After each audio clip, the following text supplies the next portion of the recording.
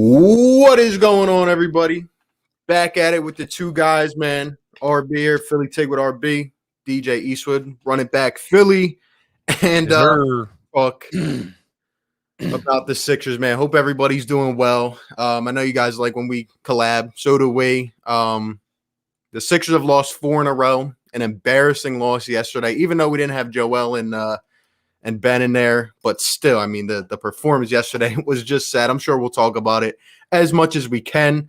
You know, we got the OKC Thunder tomorrow, and then we got 12 games left in this season, and it's just like, it's just dragging at this point. I just want to get to the playoffs. But DJ, what's going on, man? Let us know how you're feeling about the Sixers team. As you guys can see from the title, let us know in the chat.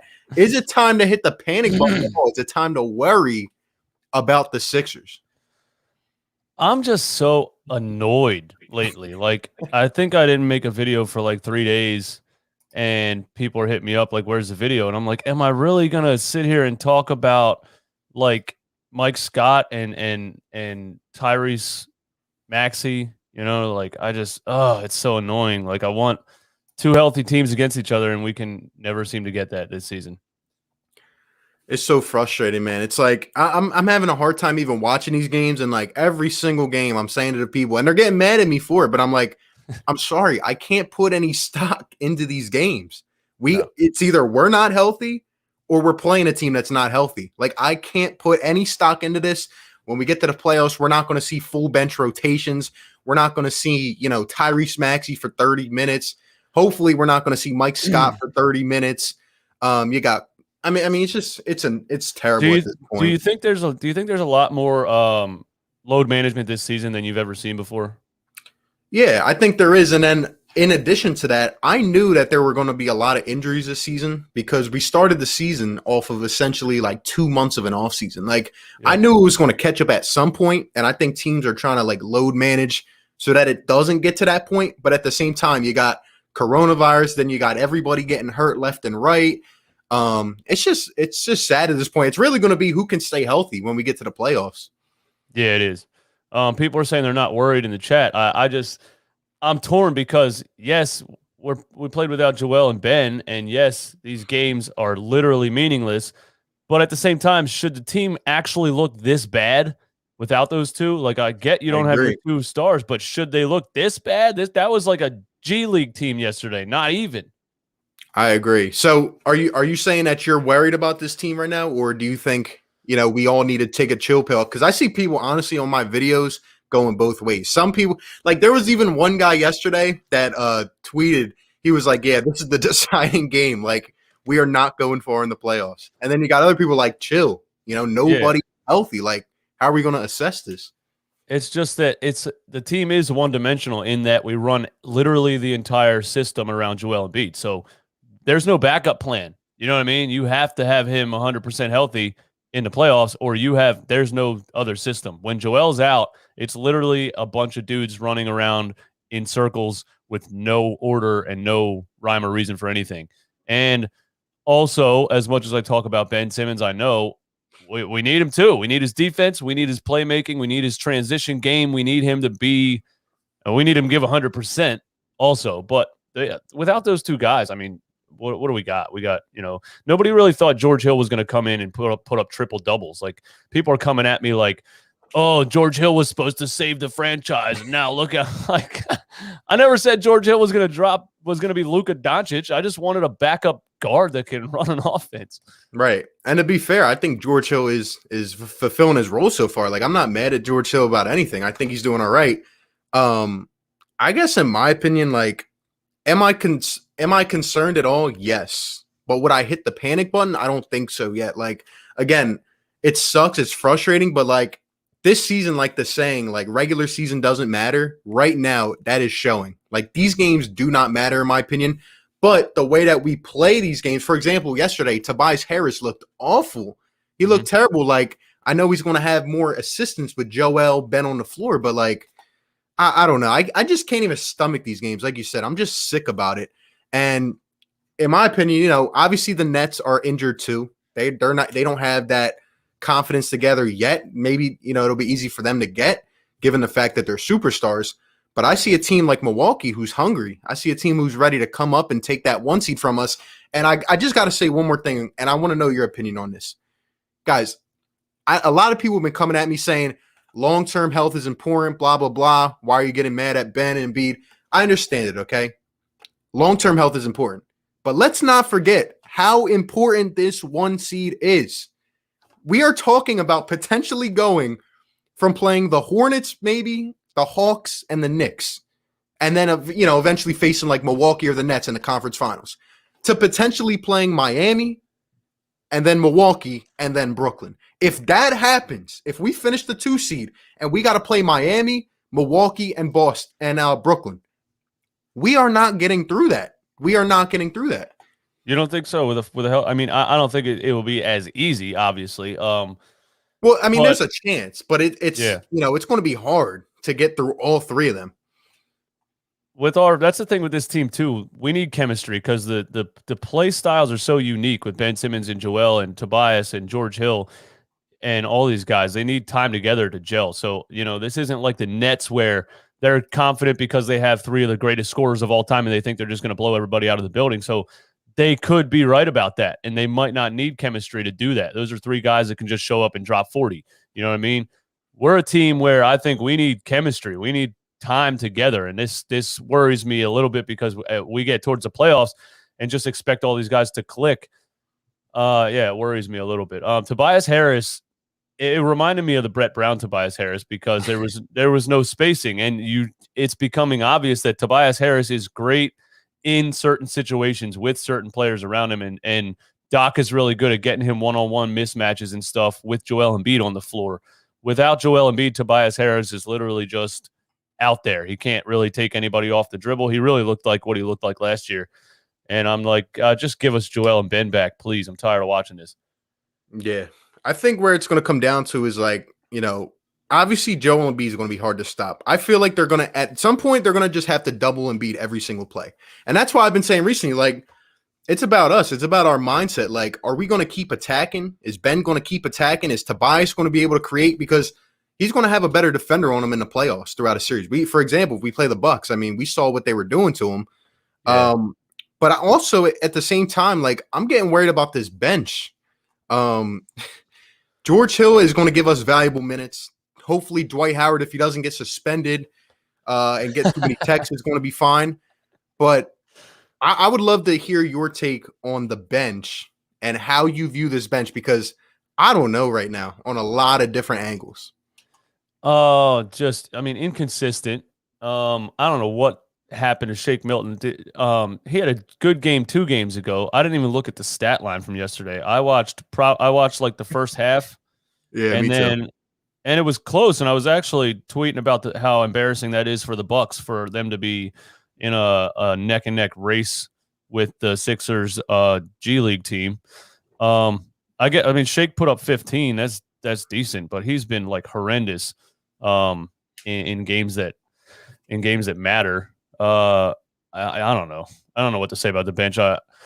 Just inconsistent. They've been inconsistent all year. And these players, it's I can't tell if they're good or bad. Like Seth Curry, I can't tell if he's good or bad. One game, it's wow.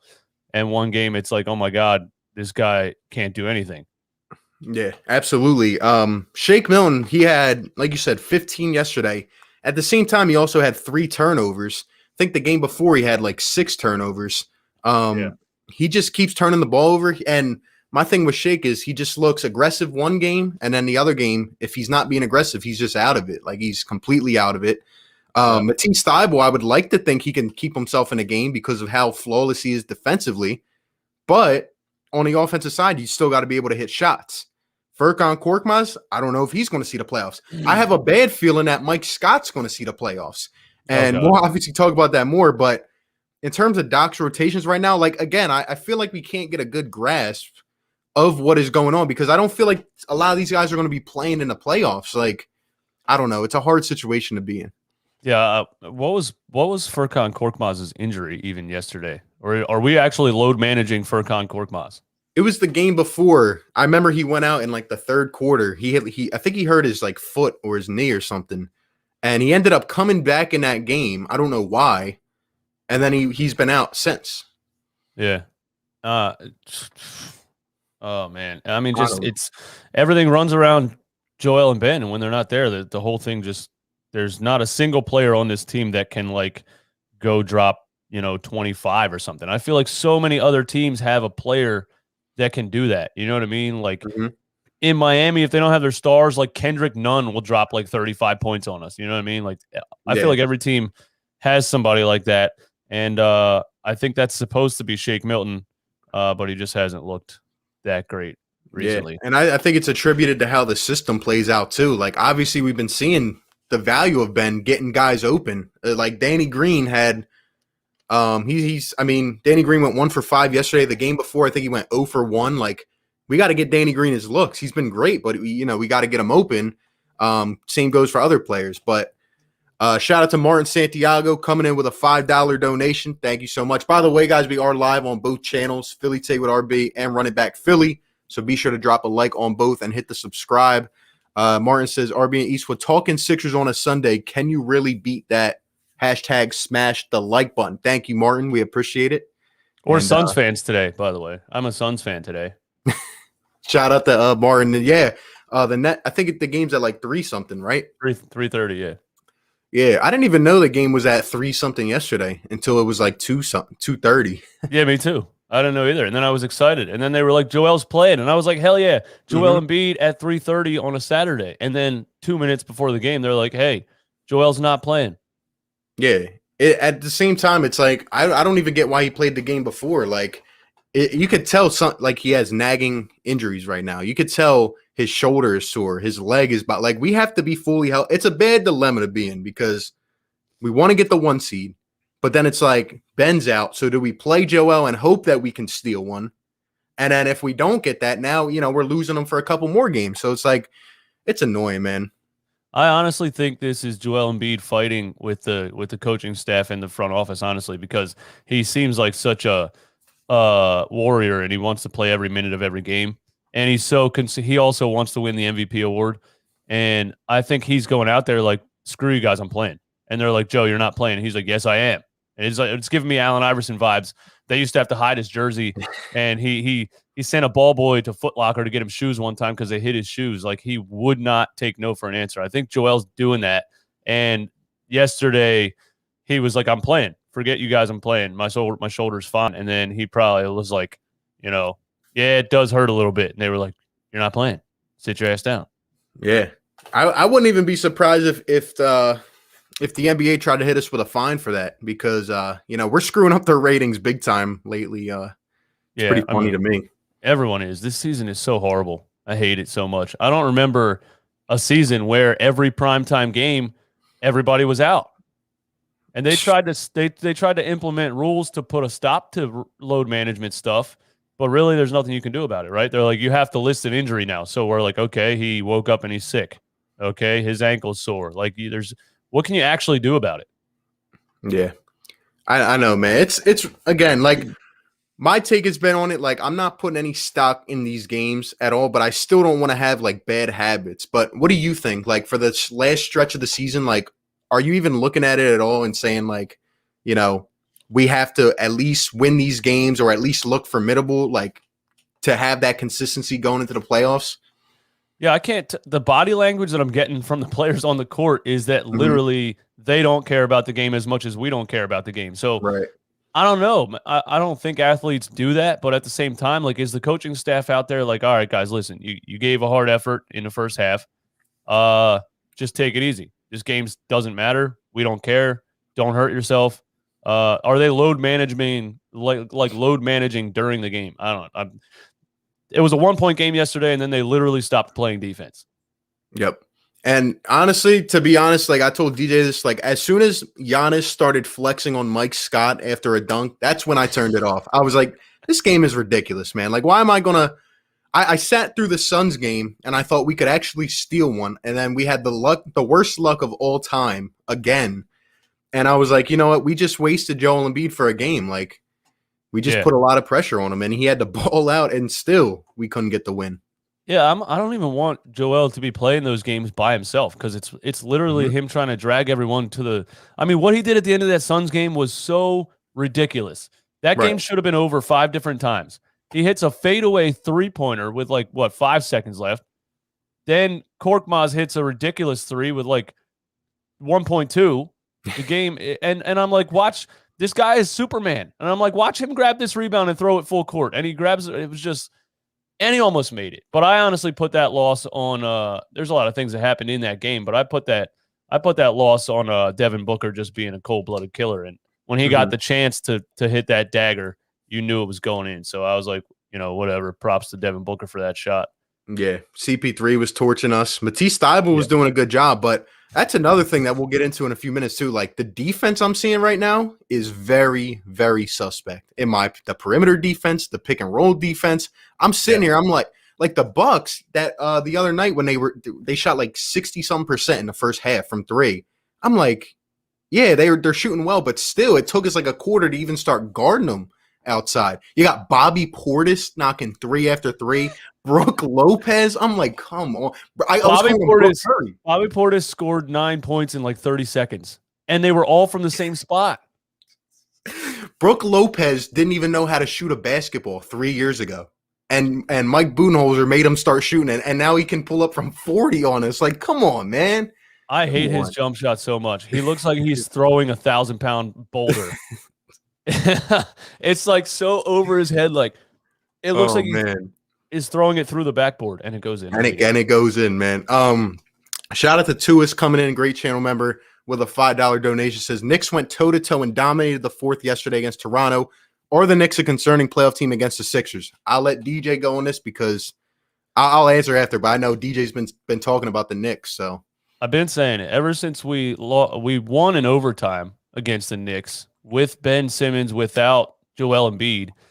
And what I was seeing from that Knicks defense, it reminded me of the Raptors defense that they played on Joel when they double and triple team him real quick. They wall off Ben Simmons in the half court, and he totally quits playing. I know there's someone in the chat that didn't want to hear that, but they play great defense. And Tom Thibodeau, it's crazy actually what a coaching change can do, as far as especially when you hire a defensive coach like that. And yeah, I do not want to face the Knicks in the playoffs. They're going to ruin somebody's day. I know they are. Yep, 9 in a row now, and they just have that look right now. And there's always a team that's hot you don't want to play, and that's the Knicks. I think they're concerned. I don't think they're a championship team, but they're definitely going to give someone a run for their money. They're definitely going to make someone's, and that's the thing. I don't want to have a first or second round series that goes 7 games. I do not want that. I want to finish the first in 5, the second one in hopefully 6, and get prepared for the Eastern Conference Finals. I want the Charlotte Hornets round 1. I want to finish that in 4. You know what I mean? I'll take it.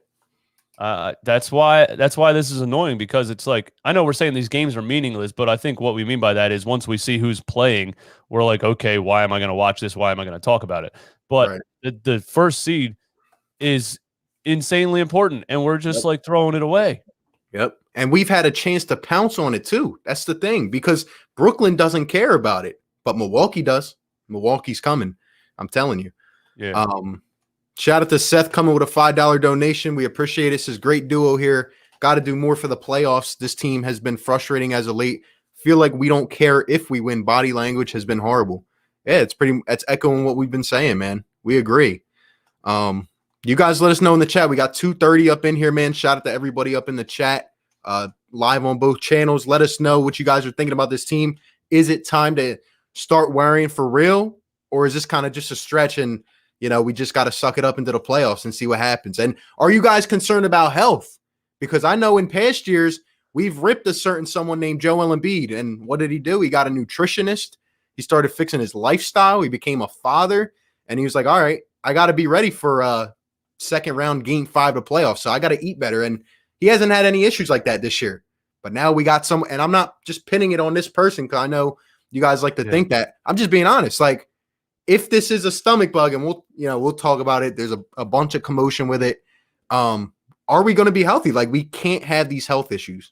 With Ben, is it a stomach bug? Yeah. I mean, that.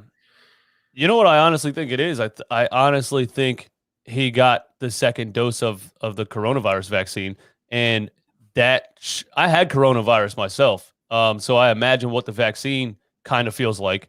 and I literally had the flu for 3 days. I mean, I couldn't, you know what I mean? I was so weak, and like I was dizzy trying to walk from the couch to the bathroom. Like you can't play a basketball game if that's what it is.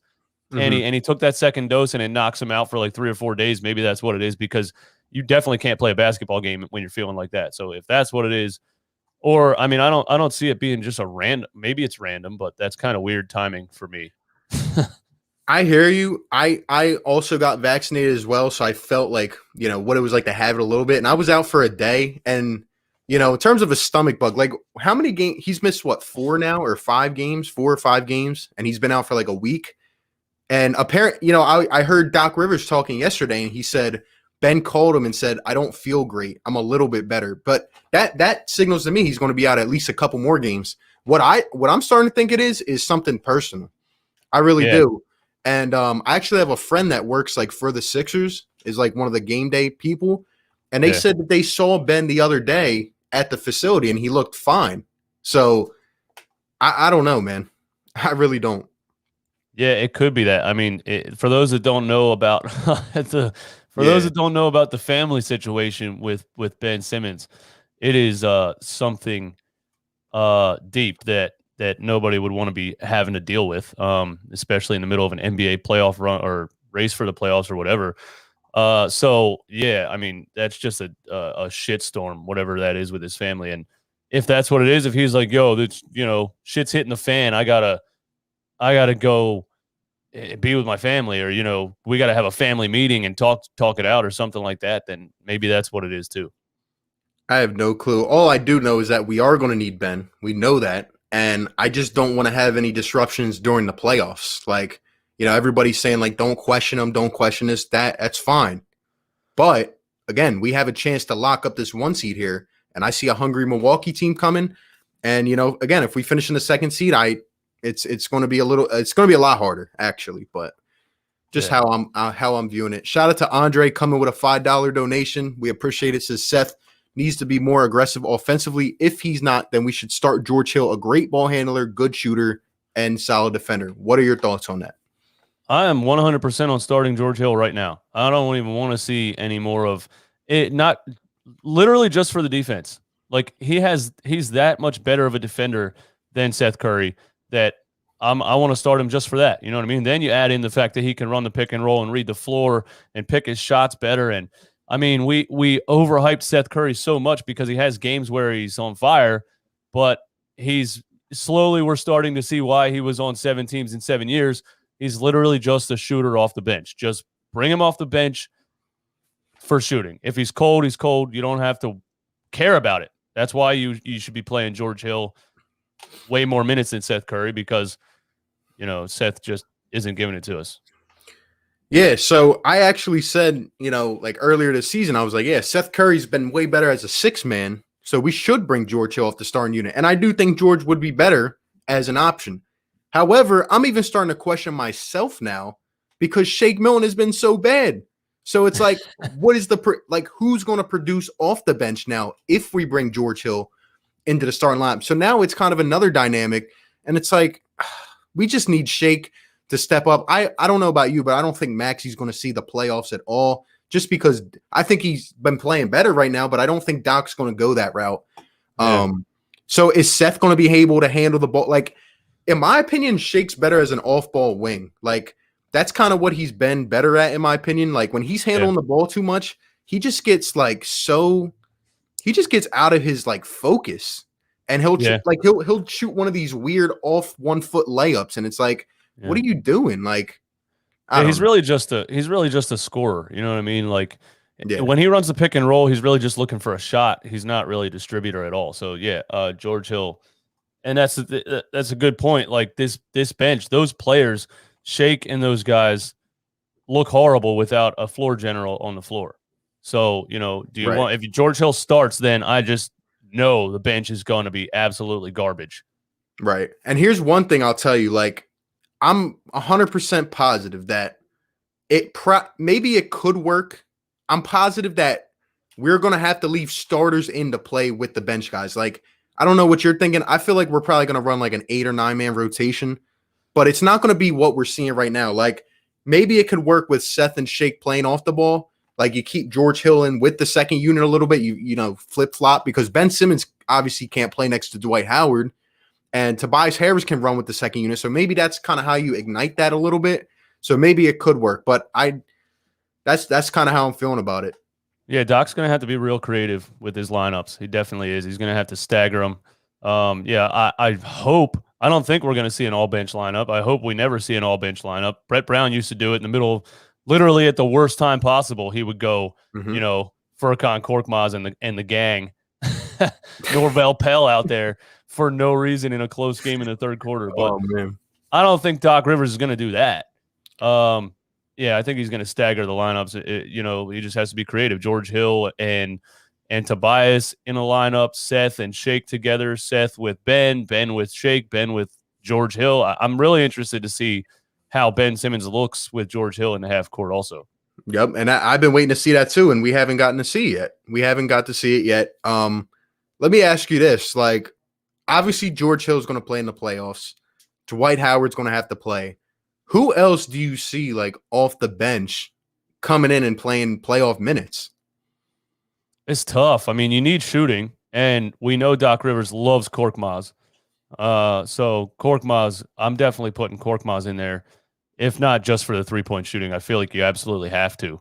But do you at the same time, do you also like, when's the point of pull? Like, when do you pull him off if he goes 0 for 4? Is it that like you're done for the game? Like, I mean, there's just not a whole lot of options on this team as far as 3-point shooting.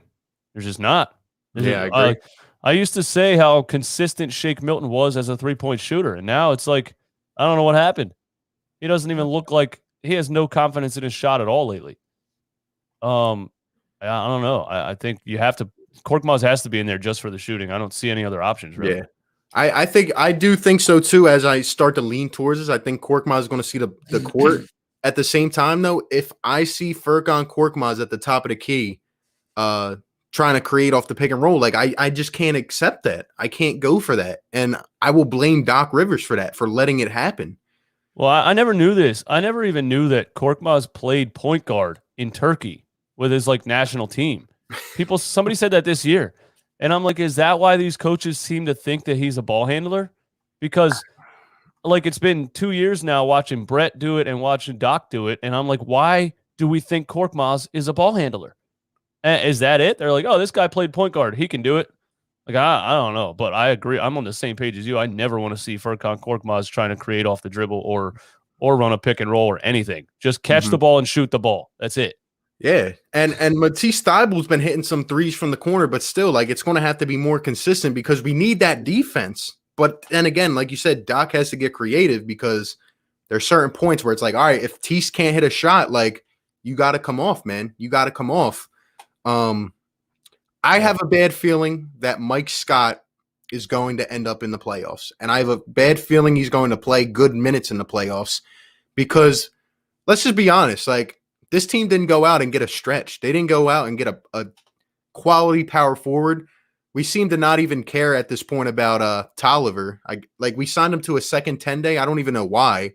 But I think Mike Scott's going to play minutes in the playoffs. If Mike Scott plays minutes in the playoffs, I think that could definitely be the downfall of the Sixers. Like in the playoffs, every single spot is so important, and he's just so bad. You can't. He's just so bad at all three dynamics of the game: dribbling, passing, and playing defense. He can't do either of the three. Oh, he can't rebound either. He literally, I don't get it. I don't understand it. And when you have a 9-man rotation, you need all 9 players to be good playoff players. He's not even a good regular season player. I can't stand watching Mike Scott play. I don't understand how we ended up in this situation that he's our only option. You do realize, and at the same time, like, Tobias Harris is going to have to play like 40 minutes in the playoffs.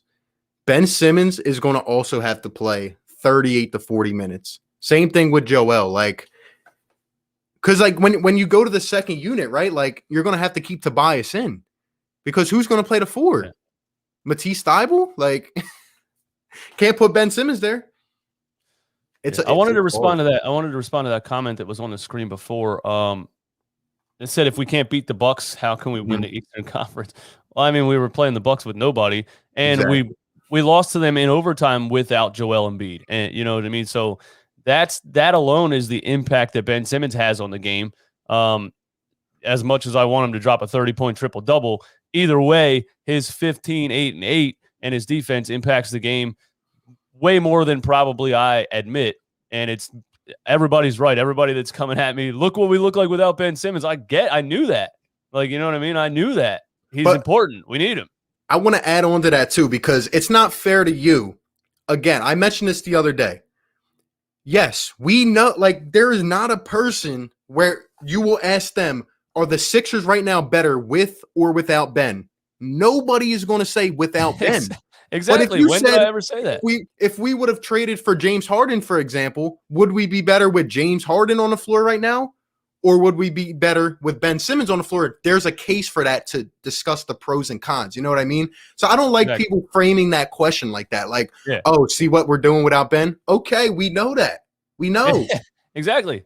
Whoever said the Sixers are better without Ben Simmons? We said the Sixers might be better with a better offensive player who happens to be one of the greatest scorers of all time. Right. We're not better without him. Yes. I agree 100%. I hope he comes back and with a vengeance. I hope he comes back with a lot of energy and a lot of just aggression. Me too. And I hope he comes back refreshed, because I truly think he's the X factor of this team. I think he's going to determine mainly how far we go based off how he plays. Shout out to Tuis coming with a $5 donation. We appreciate it. He's also responding to that comment. He says, if the Heat beat the Bucks, Bam and Jimmy live in Giannis's head rent free. Yeah, that's a good point, because Tuis he's a member on my channel, but he's a Heat fan, and he can keep it real objective, and I appreciate him. And I mean, are you scared of the Bucks? Because again, like, I've seen Giannis in the playoffs, and it's similar to what happens with Ben. Like, they wall him off. I mean, he keeps trying. He's over trying, and he starts to think about different things. To me, if the Bucks are off from shooting, like, I mean, it's going to be hard for them to even go far in the playoffs. And also, Giannis fails in the playoffs the same way James Harden has failed in the playoffs, because the whistle's not the same at all. It's not even close. And when they wall him off right now, I don't know what it is about the regular season and the officials. Maybe it's an NBA conspiracy TV ratings, or, you know, we want our superstars to look like superstars every game, so give them these calls or whatever. When they wall him off in the playoffs and he tries to just plow his way through, he gets called offensive fouls, or they don't give him the contact. And that's why he fails in the playoffs, because they do what they do to Ben Simmons, and he has nowhere to go. He has nothing to do. And then, he relies on the rest of the team making shots.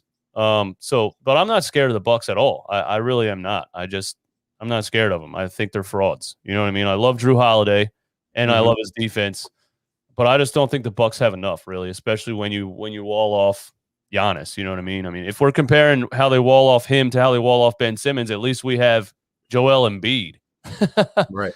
You wall off Giannis, I mean, Chris Middleton's not dropping 50. He might against the Sixers. But yeah.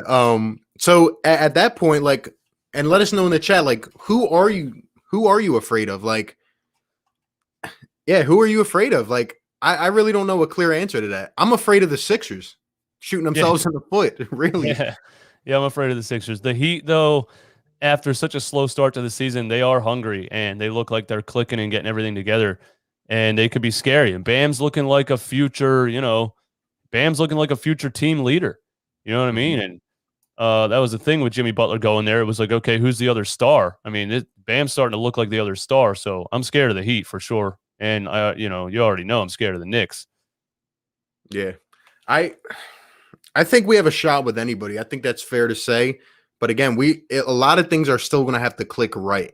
And I think that goes for any team in the playoffs, especially this year, because I saw a stat the other day that said, like, the last however many finals, like, there's one of the starters has been injured as it is. And now there's a bunch of injuries this year. So lots going to have to go right. That's why I want to get this 1 seed in and make it hopefully the path a little bit easier. Yeah. Yeah, exactly. We have to have the 1 seed. The Mike Scott Hive thing, does anybody did that Mike Scott Hive thing? Was that because they thought he was good? I thought that was just because he was cool and he was showing up to random parties in Philly and tailgating. And I don't think anybody actually thought Mike Scott was good, right? Nah, I agree with you. I think Mike Scott had like a stretch when we acquired him in 2018 where he like looked pretty decent. And then when we got to the playoffs, it was just I remember he hit one game winner. And then when we got to the playoffs, it was just like I mean, he was exposed. And then now ever since then, it's like every time he has like two good games, the Hive tries to come out of hiding. And they're like, yeah, Mike Scott's back. And then it's just like, where do they go? Like, I don't know. I don't know. It's not just his lack of offense. He's just so bad defensively and boxing out.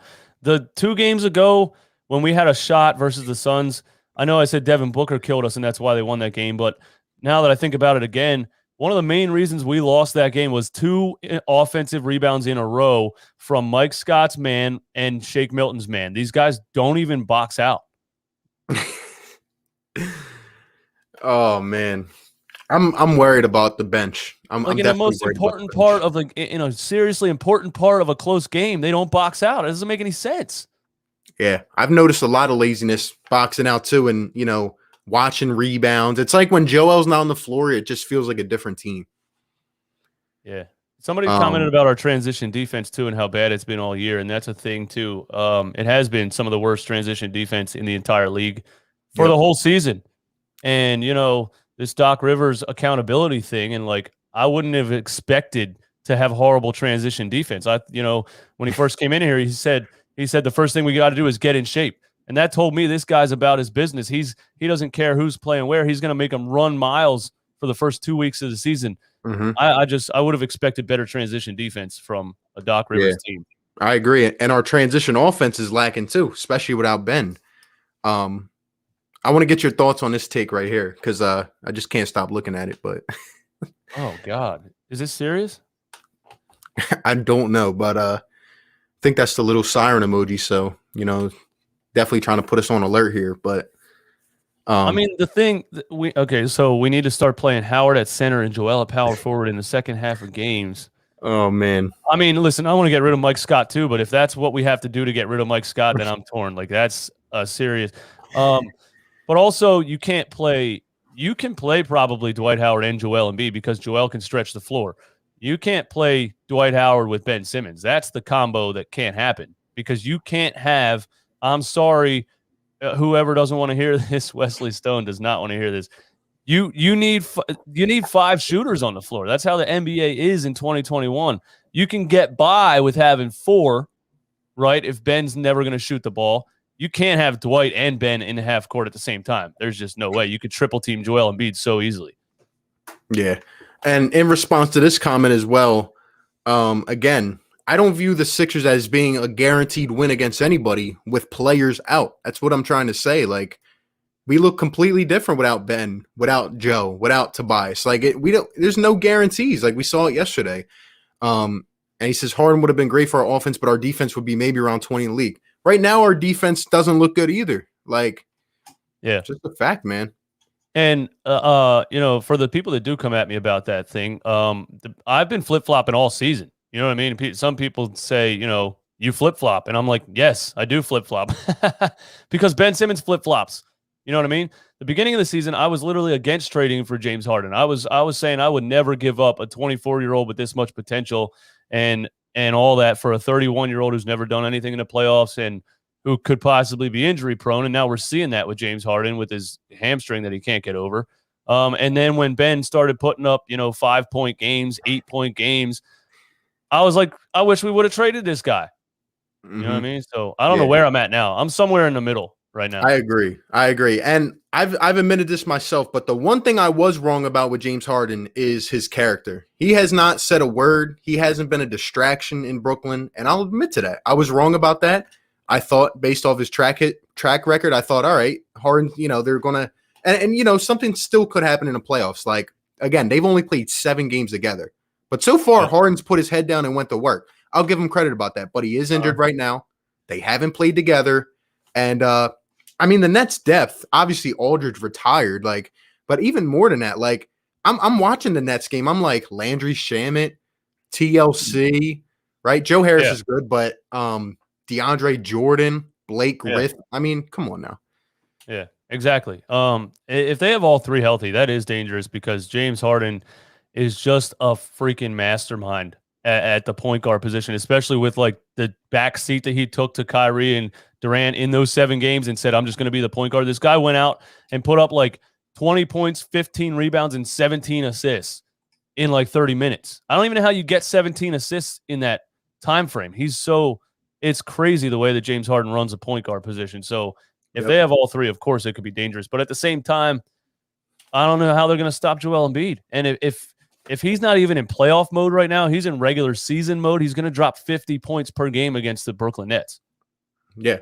And it's about Ben and Toby as well, because I've seen like the last 5 games when Joel played, like they are throwing a lot at him now. Like they're not even waiting anymore. It's just instant double. Now, for a game or two, he was kind of being forced into bad turnovers, and the outlet passes are going to have to be there. But at the same time, like he's still putting up 30, like even getting double. So I really feel like they're going to make Ben and Tobias beat these other teams. So I don't know. Man. Yeah, and Ben has to. There was a play in one game where they doubled Joel and Ben went straight to the basket down the middle. Like, okay, you're not going to guard me. I'm not going to shoot, but I'm at least going to drive to the rim. You need to at least do that. He can't be standing out there feeding the ball to Joel when his defender's already guarding him. That's just ridiculous. So Ben definitely overthinks the game a lot.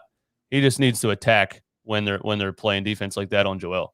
Yeah, and we're also going to have to get the shooters open too. Like Danny Green can't be going 0 for 3. Seth Curry can't be going 1 for 8. Like they're going to have to step up. Shout out to Process in Philly coming in with a $5 donation. We appreciate it. Says Mike Scott Hive equals uneducated basketball people. Keep up the great work, RB and DJ. I just think he was a cool guy that was showing up to parties in Philly, and people thought it was awesome that an NBA player was at their wedding reception or something like that. You know what I mean? So, I don't know why he was doing that in the first place. Like, how bored are you? You're literally a millionaire, and you're like, I'm going to go to a random wedding reception. I don't get it. I could think of a million other things to do with a lot of money. Let me ask you, though, like, because now I'm thinking about it, and we want to know what you guys think in the chat. Shout out to all 300 in here, by the way. Hit the like on both channels, man. We appreciate it. Talking Sixers. Are you, I would say, I'll use the word disappointed. Are you disappointed in Daryl Morey for not doing more with this team in terms of like maybe a 3 or a 4? Like someone just mentioned Ben McLemore. He hit 4 threes in a row yesterday in the first quarter. I know he's a guard. I wanted him. He's been playing well. Bajelica, Tucker. Like, are you disappointed that we didn't get any of these other players? I am. Yeah, I am. One of the big names that I thought would have fit perfectly was Harrison Barnes, but I think did he stay in Sacramento? Yeah. I don't remember. Yeah. There was things to be done, and he didn't actually do anything. And I don't know if this guy, I think he might have a bigger plan. And I don't think Daryl Morey really cares about his first season here as a president. I really don't think he cares. I think he's like, I'm going to see what this team looks like. Maybe in the back of his mind, Ben and Joel don't work together, and he's like, all right, listen, you guys said give it 1 season. We'll give it 1 season. Maybe he's ready to trade Ben Simmons. He already tried to. Maybe he's ready for it to happen in the playoffs. So I don't really know what Daryl Morey's thinking, but he definitely didn't make any aggressive moves to try to help the bench. I hear you, but I also don't like that. If that is how Daryl is thinking, because we came into the season, right? We didn't think like, all right, the Sixers really have like a huge shot to be the favorite to go to the finals and this and that. But like you said, like as you go through a season, you're allowed to change like your expectations based off what happens. This has been a weird ass season. Yeah. So when we're sitting here right now and we're sitting at the deadline, it's like, yo, we make a piece, we get the right piece, we might go to the finals. Like, exactly, you know what I mean? Like it's much different than how we viewed it months ago. So at the same time, I'm like, if they're thinking that way, like, all right, let's see how it plays out. Like, I have a problem with that. Like, we have a chance here to strike. I think Daryl Morey hates Ben Simmons. I seriously, I know, like I read too much into it, but every interview he never talks about him. He talks highly of Danny Green. He talks highly of Joel Embiid, Tobias Harris. He never says anything about Ben Simmons. And I think maybe Daryl Morey looks at this team and says, I know how to build this team. This is obvious. Put a scoring point guard on the floor and Joel Embiid will be unstoppable. I think maybe he already thinks that. Maybe he's just ready for this to implode in the playoffs. I don't know. I don't know what else to say, man. Like, unless they really view, like, I understand the Lowry thing. Like, they were asking for a lot. But at the same time, like, I'm thinking about other names like Bradley Beal, maybe Zach LaVine. Like, you know, people didn't want to part with Tyrese Maxey. They didn't want to part with Shake Milton. But then again, it's like, we said that earlier this season because Tyrese was playing and he was playing well. And then Doc just took him out of the lineup when Furkan came back. And it's like, if you would have told me that, like, yeah, I would have parted with him. No doubt about it. I thought Maxey was going to be a key part of the team. Yeah, exactly. Yeah, we were like, do not trade Tyrese Maxey. Do not trade Tyrese Maxey. Yeah, I don't know. I don't know, man. I do agree, though, that Daryl's looking in the long-term interest of the team. Like, I really think we're opening up a window here. But at the same time, like, I don't like to take things for granted because we don't know how long Joel has. So, I don't know, man. Yeah. Shout out to Tuis coming with a $5 donation. We appreciate it. His thoughts on Doc come playoff time. His rotations and schemes with the Clippers in the playoffs were mad, sus, and terrible. It's a serious point of emphasis. Like, I get my answer to that is we're gonna have to wait and see. I've seen nothing else recently to say like I can go one way or the other. We're just gonna have to wait and see. It sucks, but it is what it is. Yeah, there's definitely things that I don't like that he's done or habits that he's showing. I kind of want to go back and watch that Clippers playoff series when they were up 3-1 because I really kind of want to see because Clippers fans they hated it. They hated him so much. Mm-hmm. They hated his rotations. He has collapsed a few playoff leads. I think it was 3 actually before. So it's definitely a real point of emphasis. At the same time, I do remember watching that Game 7 and Paul George couldn't hit a shot. Kawhi Leonard supposed to be the big dog, right? He couldn't hit a shot. So I don't know, man. But I think there's blame to go around. Yeah. Yeah, I don't know what Paul George was talking about. Like he was trying to use me. He was trying to use me like JJ Redick. He said, and he was saying that he didn't have plays run for him. Like he had the most plays run for him and the entire team. Yeah, come on, bro. JJ Redick. They traded 4 first-rounders to get you. 4 first-round picks. You're supposed to come up and not go 4 for 17 from deep in a playoff series. Like, come on, man. Yeah, that's him. That's him mentally checking out of a game because Paul George can score on 3 levels. And when his shot's not falling, he can get to the rim. That's him choosing to shoot 17 3-pointers. Come on, man. Come on. Let's see. This is a good comment right here. It says turnovers, transition defense, and perimeter defense need to be fixed or better to advance in the playoffs. Yeah. What do you think about our defense right now? Do you think we're gonna figure it out when we get everybody back? Yeah, I think we will. But I like the addition of George Hill defensively, and honestly, people said he was good defensively. I didn't watch enough of his NBA career to really know.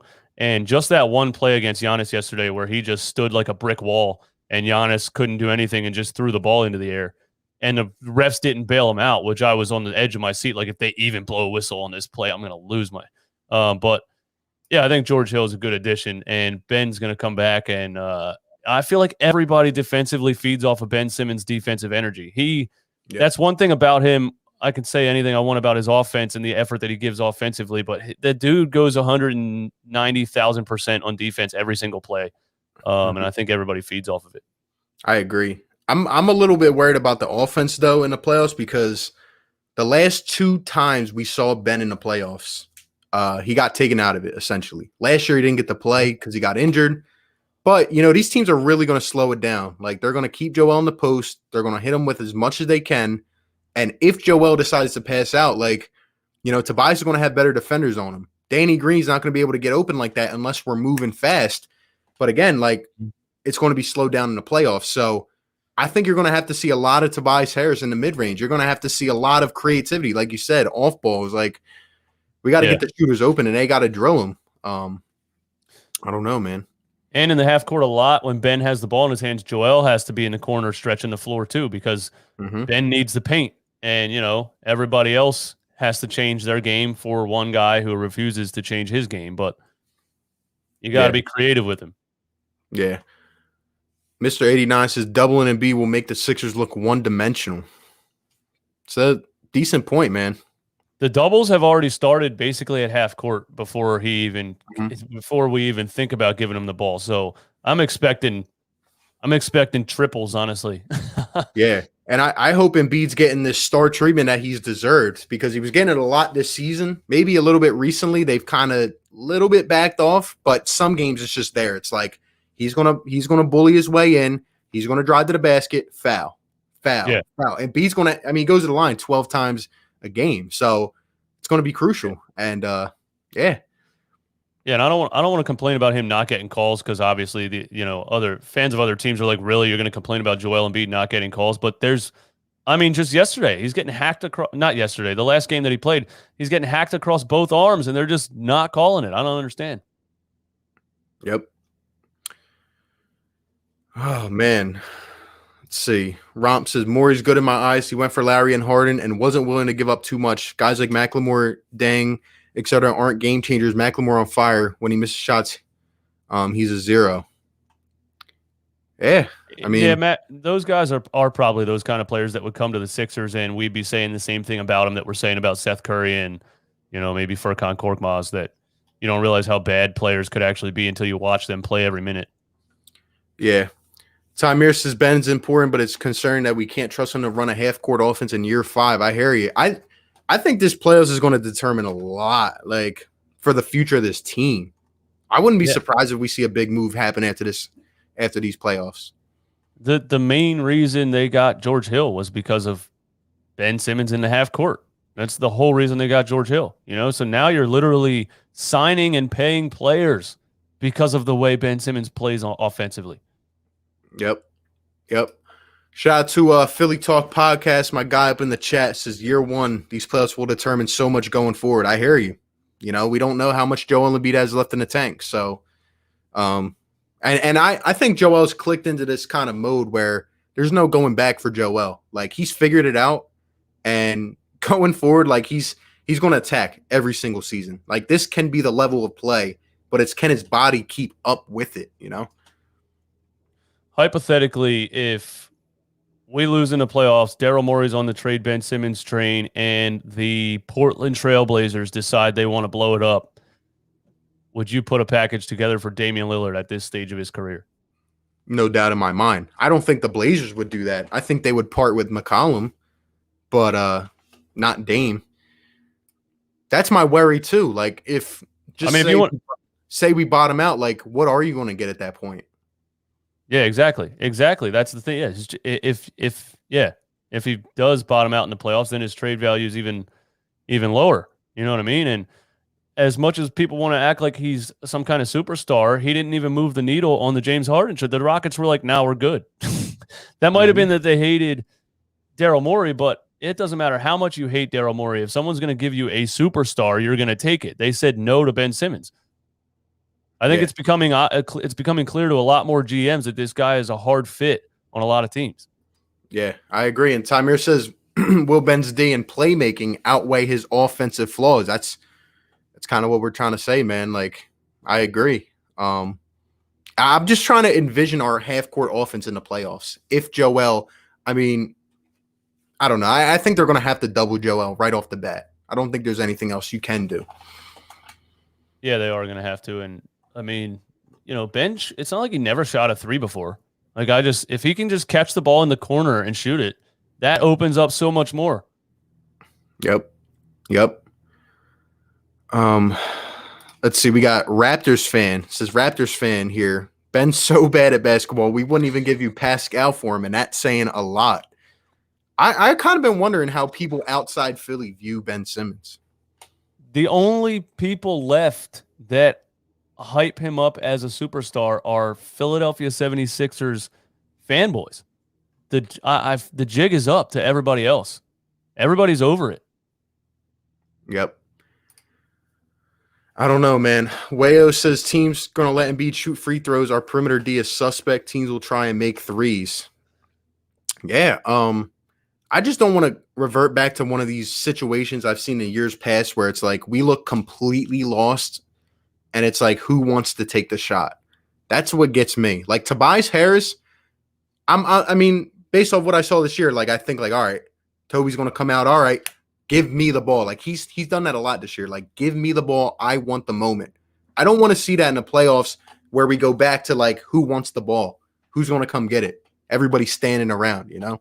Yeah, you can count how many years in a row the winning team had an absolute floor general. You know what I mean? Like the Kyle Lowry Raptors, obviously the Warriors, Steph Curry. Anytime LeBron James team wins, it's because he's a floor general. You need one. In the half court in the playoffs, it starts to look like random nonsense because there's not a guy running the show. Yep. I agree. And look how good the Suns are, literally just because they added Chris Paul. He's such a floor general. It makes everybody better. Yep, I agree. And the Sixers actually tried to trade for Chris Paul. I don't know if you heard that a couple days ago. They said Chris Paul chose to go to Phoenix over us.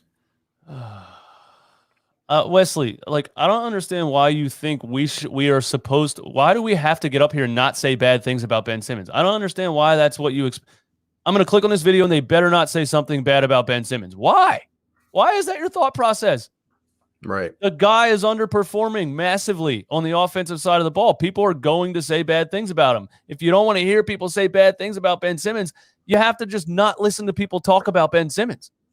That's what I'm saying, man. Like we get like you're a Ben fanboy, but at the same time, like so are we. Like we enjoy Ben, but we're trying to win a championship. Like we've been realizing the value of Ben Simmons. Like we've seen it all along. He's obviously important to this team. That's why we talk about him more than anybody else, because he has the potential to take this team over the top.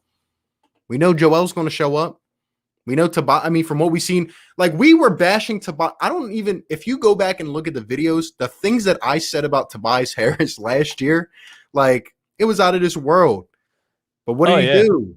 He took it to the heart. And how he started this season too. I think I said that he needs to go to the G League in one of my podcast episodes. Like, that's how over the top I was with it. Right. We've criticized Joel last year when he was shushing the fans and he would go for 21 game and then 45 the next. Like, we like all the players. We're trying to win. We're trying to win. Yeah, it's not random hate. You know what I mean? Nobody's above being, as far as I'm concerned, nobody's above being slandered. If Michael Jordan came out here and went 2 for 10, I would be like, what the hell's Michael Jordan doing? And then somebody would be like, why are you bashing Michael Jordan? He's the greatest of all time. I'm talking about that specific performance. That's what I'm talking about. Exactly. It's just ridiculous, man. Like, you got to look at it from both sides. I was going to say something else. I forget.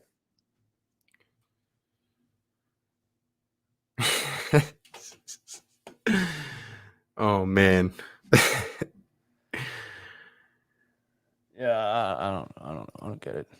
Ben Simmons is important to the Sixers' success as Embiid. I agree. It's supposed to be them. It's supposed to be the duo. That's what we've been talking about. Yeah. Last year, Joel, we lost to the Bucks with Joel scoring like 11 points or something like that. And then the very next game, he put up 49 against the Atlanta Hawks. And I made a YouTube video and I said, I do not care. I'm not going to sit up here and celebrate Joel Embiid putting up 49 points against Trae Young. You know what I mean? And everyone's like, why are you so negative after a loss or after a win? You know what I mean? And I'm like, I'm seeing the bigger picture here. Joel played like crap against a good team and dominated a bad team, and I'm not impressed. So nobody's above. Right. Right. And if Tobias Harris was doing the same thing this year, I'd be calling him out every game. Like, I don't know, man. We gotta look at this objectively, man. We gotta take a step back sometimes. That's what I've been trying to do recently. Take a step back. Like, is this team good enough? Are they good enough to go all the way? I think we are, but a lot of things have to go right. We can't shoot ourselves in the foot. That's how I'm looking at this. Yeah. Yeah, it's not like I'm not going to sit up here and say we don't have a chance. We have a chance, but yeah, a lot of things have to go right. I guess that's with any team, really. A lot of things have to go right, but Embiid is above slander. Andre coming with a $5 donation says Embiid is above slander in Philly. LOL. I don't agree with that. I think this year he has been mostly because he's the one going out there. I mean, aside from, the time that he missed with the knee and stuff like that, I guess people can slander him this year just based off of him missing games, but we already expect him to miss 20, 30 games a season. So I don't even care anymore. I actually don't even talk about Joel Embiid being injured anymore. It's just such a normal thing to expect. But when he's on the floor, his level of play this year and his just mentality is out of this world. So I think this year, yeah, pretty much he's been above any slander. Right. There's been maybe 1 or 2 stretches this year where he has looked bad passing out of doubles, right? And obviously the injuries, like you said. But other than that, like every game he's on the floor, he puts up 30 points. Like, I don't know what else you want us to say about it. Like, I don't know, man. We just this is Philadelphia. This is Philly. This isn't Memphis. This isn't Idaho. We're why are we babying people? We're trying to win. Again, if the Sixers win the championship and Joel Embiid puts up 5 points a game, Ben puts up 5 a game, and Toby were to put up 5 a game, that wouldn't happen. But just say that happened. I would be happy. I'm just trying to win the championship. That's it. That's it. Can you highlight this comment right here? Our offense just doesn't run well without Ben. He gets players in position. See, I'm so torn on this topic because what time was it? Anyway, Sherwin John said our offense just doesn't run well without Ben. He actually gets players in position. And I'm so torn on that because when I watch him play in the half court and I see the things that I see, I'm like, this guy's terrible in the half court. The offense doesn't run at all when Ben Simmons has the ball in his hands in the half court. And then we play a game without him and it looks that much worse. So I'm sitting here wait a minute. Am I wrong about this? Is our half court offense actually better with Ben Simmons with the ball in his hands? Because it doesn't look that great when I see it happen live, but then it looks so much worse without him. I can't figure it out. I think both can be true though, because I think it is better with Ben because he opens up space for everybody else with his aggression. But then again, is when he's aggressive, when he's aggressive, exactly, our offense is amazing. That's what that's what we're saying. But when he's on the floor and he's not driving to the basket, then it's worse. It can be both. Yeah, you're right. It's all up here. That's how I feel about it. And Philly Talk Podcast says, coming in with a $3 donation. We appreciate it. Says, leave Ben alone. Leave Ben alone. I don't know why him and nobody else. Nobody else. Nobody else has a group of fanboys. This is like us being Portland Trailblazer content creators and not talking about Damian Lillard or CJ McCollum. This is like us being a Warriors content creator and not talking about Klay Thompson or Steph Curry. These are the top 2 dogs of the team. Come on, man. Yeah, and I find myself sometimes overthinking what I'm saying at times also because I'm I don't want to say this because people are going to get pissed about it. But then I'm you know what? I don't give a shit anymore. I started this thing by saying exactly what I think, and I'm just going to keep saying exactly what I think. Exactly. And I saw someone in here. What did they said? I was bashing Ben with a Ben jersey. This just shows you how much I support the guy. I have his jersey. I have 2 of his jerseys, actually. I have a shirt with his face on it. I have another shirt with his face on it. I love Ben Simmons. I want to see him be a transcendent player. I have the same one. I have the same T-shirt you have. I think the Nike shirt. Yeah. And I have an All-Star jersey and a blue Philly jersey. Yeah. And I contemplated lots of times giving away the jerseys or throwing them in the trash or something like that, but I kept them. So there's that. All right. I mean, last year, I was when people were bashing Ben, I was supporting Ben against them, saying, okay, Ben's my guy. He's a jump shot away from being the man. Then I used to say, under Brett Brown, it's not fair to assess him like this. And I said, under a new coach, he was going to start pulling jump shots. We saw the YouTube video. All right, Ben's about to take it to a new level. And in fact, Joel did it. And now we're hoping Ben can do it because we will be unstoppable. That's what we're saying. Yeah, it's just for me, it's getting to the point where he is what he is. He's valuable, but he's not. You're not going to get Zion Williamson out of him. You know what I mean? As much as it pains me to watch him, I know he's able to play like that. He's just not going to. So this is what he is, and it's valuable, and we need him. But at the same time, he's not untouchable. He can definitely be traded. Mm-hmm. That's where I'm at. Yeah, I agree.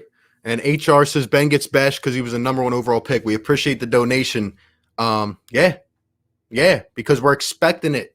Like DJ always says, what did we draft him for? To be a defensive facilitator? Yeah. And it's not, so. and it's all in his control. That's why people are mad at him. It's in his control. It's not like Andrew Wiggins, where it's like, oh, he's just actually not that good. Right. So there's nothing you can do about it. No, he could dominate. Right. We see the jump shot. We see the mindset. We saw it in action 2 months ago. We I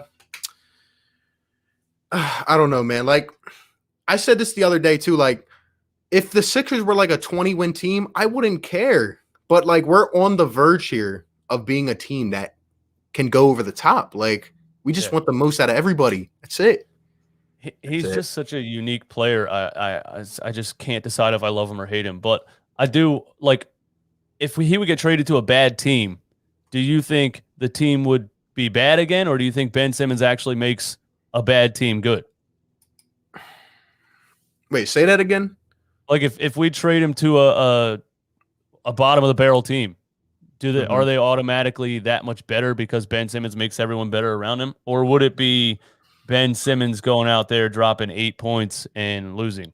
I think they're going to be better, but it's about how far he goes. And part of this as well is on Doc Rivers as well. Like if he goes to a place with a tough-nosed coach who's going to say, all right, Ben, you're not leaving his gym until you pull up from 3 5 times in a row. Like that at this point, I'm also thinking like if we had Mike D'Antoni, do you think do you think Ben would be shooting by now? Like because D'Antoni wouldn't settle for that. He wouldn't have a player on the floor who's not shooting.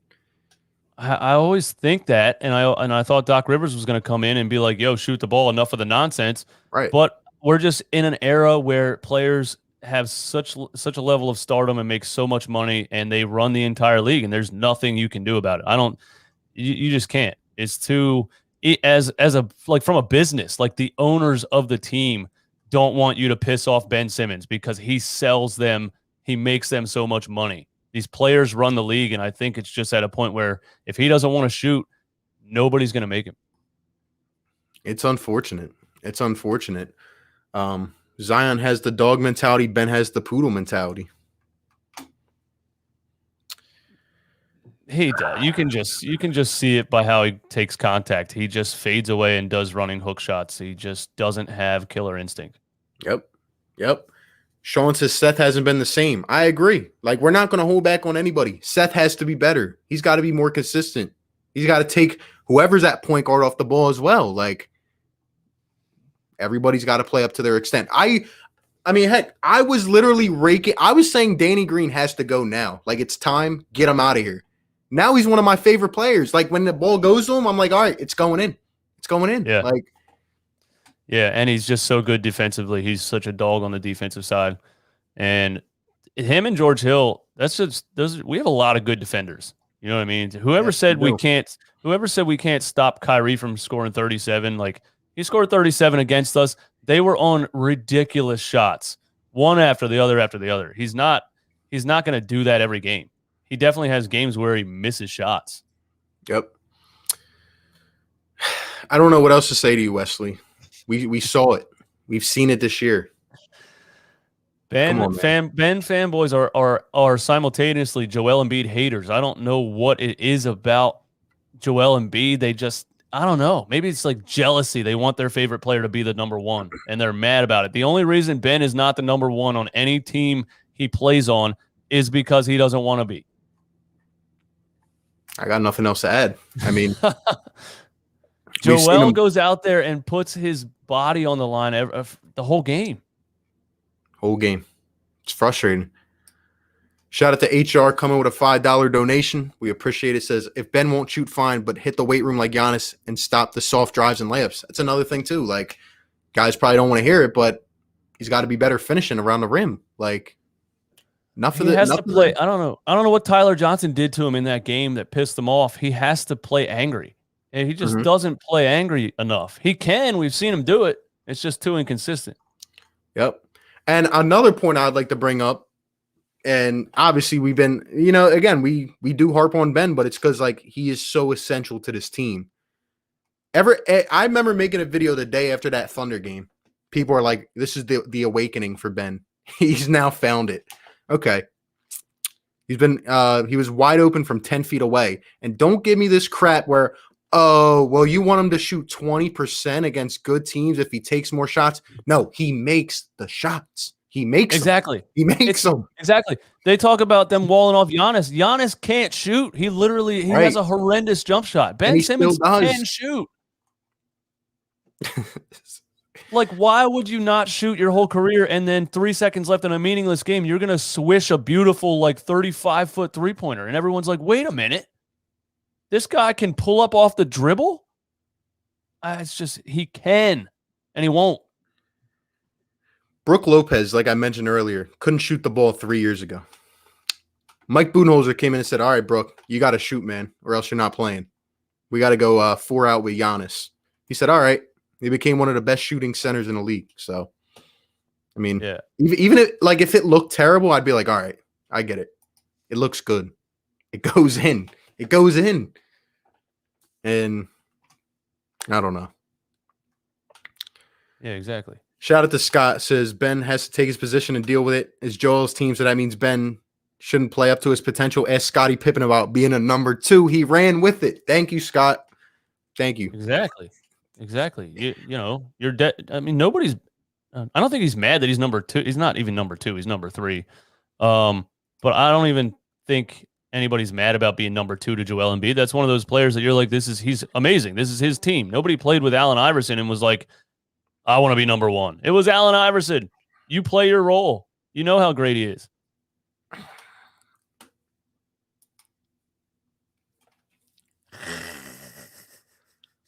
All right, there. Give him the ring. Give him the ring. I gotta stop putting up your comments, bro. I gotta stop doing it to myself. That's what I do. I literally mute them because I can't stop reading them. You couldn't prove our point anymore. Like, scoring 42 in one game is not a goal. That's not an accomplishment. Right. But at the same time, it shows he can do it. He can. Exactly. That's why we're mad. Hey, if we went this whole season and he didn't do it at all, we'd be like, all right, did Ben forget how to play? No, we saw it. You can clearly see that he chooses to play hard. You can clearly see it, in my opinion.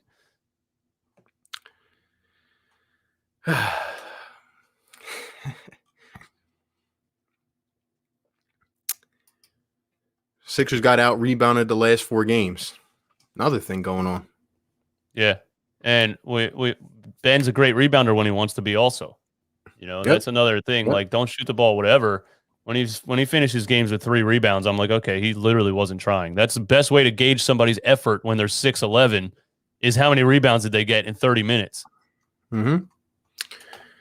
And one more thing I want to ask you about too, because I'm tired of talking to these Ben fanboys, man. What do you think about Dwight Howard too? Like, I know he was pretty hot for a couple weeks. Like, at the same time, he's been getting a little bit not out of character, but kind of just out of what we need him to be. Like, I think if he gets one more, he's suspended or something. Like, what do you think about Dwight Howard? He's just he's a 7-foot Dennis Rodman. Like, he's just such a psychopath. It's just something you got to deal with. Like, you want his energy and his rebounding and his aggressiveness, but I don't know why he can't stop. I don't know why he can't be at this stage of his career and be like, okay, I'm going to stop doing this dumb shit. But he just keeps doing it. It's just, he can't help himself at all. So do you think he's going to be like valuable? Like, do you think he's going to be able to stay in a playoff game and like contribute? And just while Joel's off the floor, obviously, but I mean, Doc called him out in a press conference one time, so I don't think Doc's afraid to yell at him. He called him a goofball. He literally called him a goofball in a post game when he got ejected. So I think the message is clear. Doc's going to be like, listen, we need you. We need you to play the game and not do any stupid shit. So do that. You know what I mean? Mm-hmm. So I don't know. I hope he plays the way that he should and doesn't randomly start fights or troll people or whatever he does. Yep. If the Sixers lose in the playoffs, do you see Ben getting traded? Depends where we lose, but yeah, maybe. I 100%. I think I'm trying to read Daryl Morey's mind, but I 100% think if we don't win a championship, he's getting traded. And Daryl Morey said it's championship or bust. He actually said that. What does he mean by that? We know he's not trading Joel Embiid. That's why I don't understand either why we didn't do more at the deadline. I guess it just wasn't there. I guess it just wasn't there what he thought was fair compensation. J-Rock, exactly. Exactly. That's what I'm saying. When you're paying money to go to a game or you're buying a jersey or this dude's getting he's making $170 million from you, the fans. It's offensive for somebody to go out there and not give effort. Yep, I agree. Shout out to Atticus coming with a $3 donation. We appreciate it. Says, if we traded Ben, what would you want in return? I know what I want. What would you want? I would want who would even be available this offseason at this point? Like dream scenario is Damian Lillard, like I said, but you don't think the Portland's going to do that. I think if Portland wants to blow it up, they almost have to trade their most valuable piece to get the most they can in return. You know what I mean? What do you think about Washington? Like, do you think that would be a destination if Washington tries to move on? I don't know what it is about Bradley Beal in Washington. He refuses to want to leave. Like, he's so good, and they're never a good team. And every year he's like, I'm staying here. I don't know. But, you know, the team can make that decision also. The player doesn't have to agree to be traded. So, if the Wizards finally say, okay, let's trade this guy, he has value. But I don't know. These teams seem to be – I think a lot of business owners are just like, don't trade that guy. He's the only reason people come into this arena. Do not trade him. So it's a battle. Yeah. If we trade Ben, what I want is a number one scoring option who will get his buckets every single night. That's what I want. That's what I want. I need a number one, not like obviously not a number one that's going to take over Joe. I'm talking about a guard. I need a wing or a guard or someone that's going to be the man. So. Right, but it has to be a package at this point. I don't know. Ben Simmons by himself doesn't even get that return. Yeah. And shout out to my guy Philly Notion. He's been coming at me for a while. We appreciate the donation, my guy. Says RB bro, don't act brand new like you didn't know the Sixers won't win the chip. Ben's overhyped and that jumper is super broke. Let's go Nets. He has been a Nets fan. It's fair, and he has been clowning Simmons since last year. But I bet again, I was trying to back Ben up the whole time, like. But oh man, Philly knows you watch out for them Nets, bro. That's what I gotta say. Great, we agree on the Eagles, but when it comes to them Nets, bro, you better watch out. It pains me to see a Philadelphia Nets fan. Ugh. Like, come on, like, why don't you just then a Giants fan and a Mets fan? Like, I think they try to use the term. Oh, I was a New Jersey Nets fan. And I switched over. I mean, if that's true, that's true. You know what I mean? If you're from South Jersey and you were a New Jersey Nets fan, then I understand it. But yeah, I agree. I feel like a lot of Brooklyn fans are leftover Knicks fans, but I feel like now with the Knicks coming back up, they're like, all right, now we got a decision to make. But yeah, we'll see what happens in the playoffs. I'm not crazy scared of the Nets. Shout out to everybody still in here. We'll probably be out of here in a couple minutes. We got a couple more super chats coming. Shout out to Zaid with the $5 donation. We appreciate it. Says, should George Hill start instead of Seth in the playoffs? 100%. Yes, absolutely. He should start right now. Yeah. But he's got to play. Again, how many minutes do you think he's going to play a game? In the playoffs? Mm-hmm. I mean, I think he's going to play a lot because he's just the only experienced half-court ball handler on the entire roster. Yep. And I'm seeing a ton of pick and roll with him and Joe. Yeah. It's beautiful. It is. It's nice to watch. It looks like a real basketball game. It's like regular basketball. It makes sense. Yep. It's not a struggle. You're not trying to figure out what the hell's going on. Yep, I agree. This is a good question. HR coming with a $5 donation. We appreciate it. Says, is our team better now than the Jimmy Butler team? What do you think? He says no. I think yes, because we're maximizing Joel Embiid's potential with the spacing. I think spacing was everything, and I think Daryl Morey and these guys, that was their main goal, is to get Joel in one-on-one in space. Obviously, the Jimmy Butler team was good, but I don't know if those players really fit that well together because Jimmy Butler's not a sniper from three. Tobias Harris isn't exactly a sniper from three. They didn't have very good spacing, I don't think. I hear you. It's actually a good question. Like, and the crazy thing about it is that Jimmy Butler team was a bounce away from maybe going to the Eastern Conference Finals, maybe going to the finals and winning. Like, and at the end of games, we were playing 4-on-5. Jimmy Butler had the ball, and Ben Simmons should have just been sitting in the first row. Like, he was literally doing nothing. that's a good question. I think our talent's is maximized more for the most part, but I don't know, man. It's interesting, but shout out to everybody in the chat, man. 250 still in here. We appreciate you guys coming in, talking Sixers with us. Let us know if you enjoyed this collab. I love collabing with DJ. I love our takes going back and forth. Definitely, like someone said earlier, we're going to have to keep doing this as we get closer to the playoffs. I just can't get hype until the playoffs. Like, I've just come to realize that these next 12 games, it's like, who's going to play? I want to win. I want to get the 1 seed, but like, are we going to see real basketball till then? I don't know. Yeah, and from a YouTuber standpoint, like, it's like, oh my God, this part of the season sucks right now.